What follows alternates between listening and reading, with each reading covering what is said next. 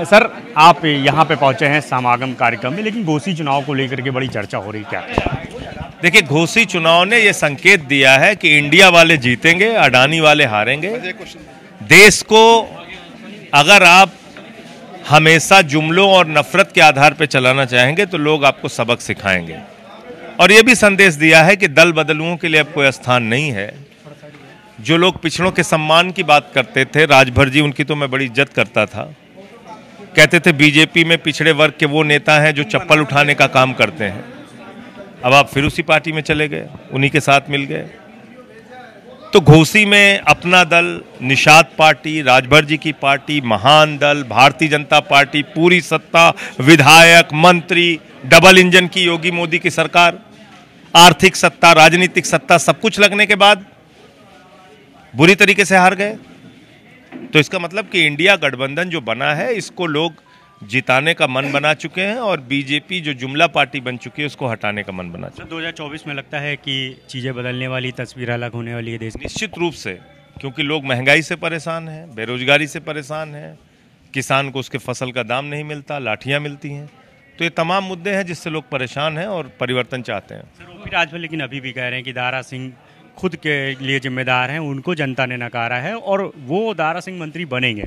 कल को तो वो 50,000 वोट से जिताने की बात कर रहे थे। देखिए, जीत हार भी एक अलग विषय है। मैं तो ये कह रहा हूं कि आपने खुद क्या कहा था बीजेपी के बारे में, उसको याद कीजिए ना। राजभर साहब ने कहा था कि बीजेपी में जो पिछड़ा नेता है, पिछड़े वर्ग का नेता है, वो लीडर नहीं है, लोडर है। आप पुराने बयान उनके उठा के देखिए। G20 सर हो रहा है, अंतर्राष्ट्रीय सम्मेलन। देखिए, G20 सम्मेलन निश्चित रूप से भारत के लिए बहुत गौरव की बात है, लेकिन जो भारत के हितों से जुड़े हुए मुद्दे हैं, वो चाहे चीन की घुसपैठ हो सीमा पर, गलवान घाटी का मुद्दा हो जिसमें हमारे 20 जवानों की शहादत हुई, अभी एक नक्शा बनाया इन्होंने, जिस नक्शे में अरुणाचल प्रदेश को अपना हिस्सा दिखा दिया, जिस नक्शे में अक्साई चीन जो भारत का भूभाग है उसको अपना हिस्सा बता दिया चीन ने। तो जब अंतर्राष्ट्रीय मंच पे हमारी स्थिति मजबूत हो रही है तो निश्चित रूप से मुद्दा उठाना चाहिए सर।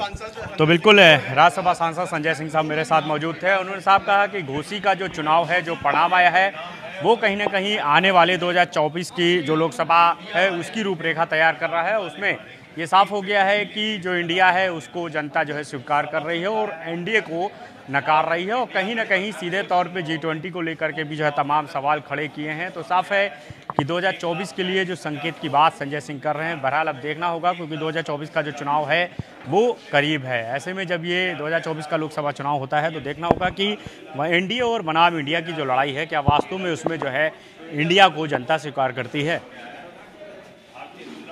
कैमरा से निखिल साथ अनुप कुमार, भारत समाचार, लखनऊ।